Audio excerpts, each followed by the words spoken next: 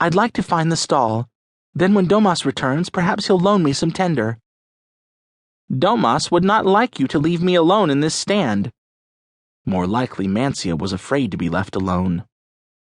"I promise I will stay within sight of this booth." "You should not do this," Mancia said with conviction. "One of the lessons you will learn at the academy is that you are free to make your own decisions, so long as they don't hurt anyone else." And with that, Amanda scooted around to the front of the stall. "I'll only be gone a few minutes." And before Mancia could protest, Amanda took off. The marketplace in the south was far different than that in the little village up north. Amanda hadn't seen this many people since she'd been back at Launch Command outside of Houston. She found it at once exciting and a little intimidating. As she walked, she noted all the merchandise for sale: shoes, shirts, socks, dresses, scarves, shawls, food, lots of wonderful aromas. Dried fruits, home-canned vegetables in glass jars, dried herbs, and at least one stand that sold grilled meat on a stick. She watched the vendor turn the meat on a small brazier, feeling like Pavlov's dog. She had to swallow the saliva that had gathered in her mouth. "What do you want?" barked the tall, bald, and formidable-looking man behind the counter. His gaze was fixed on her slacks. "Nothing. It all smells so good, I only wanted to drink in that enticing aroma." "Buy some. Only 10 crindles," the man said, sounding more affable than he had only moments before. Amanda frowned. "I have no crindles." "That is not surprising.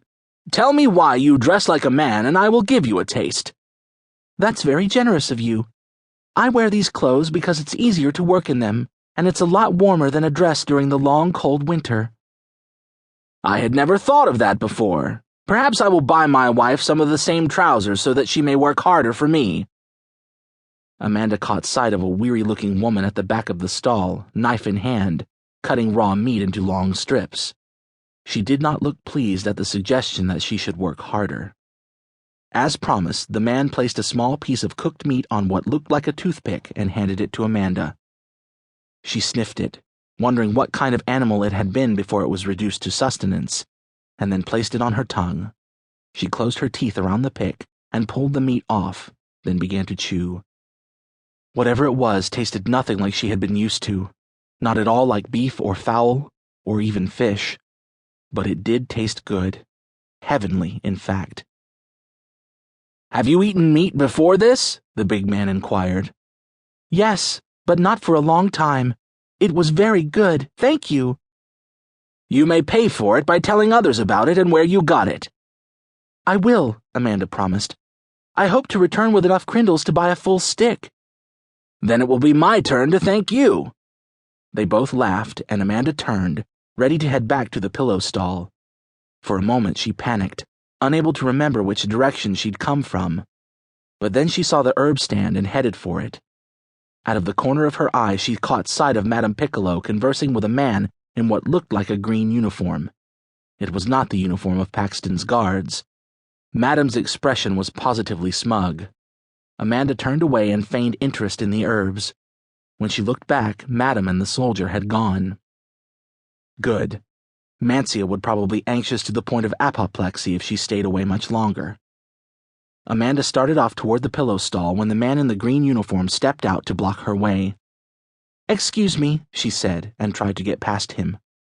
She turned around to go back the way she'd come when another green-uniformed man stepped into her path.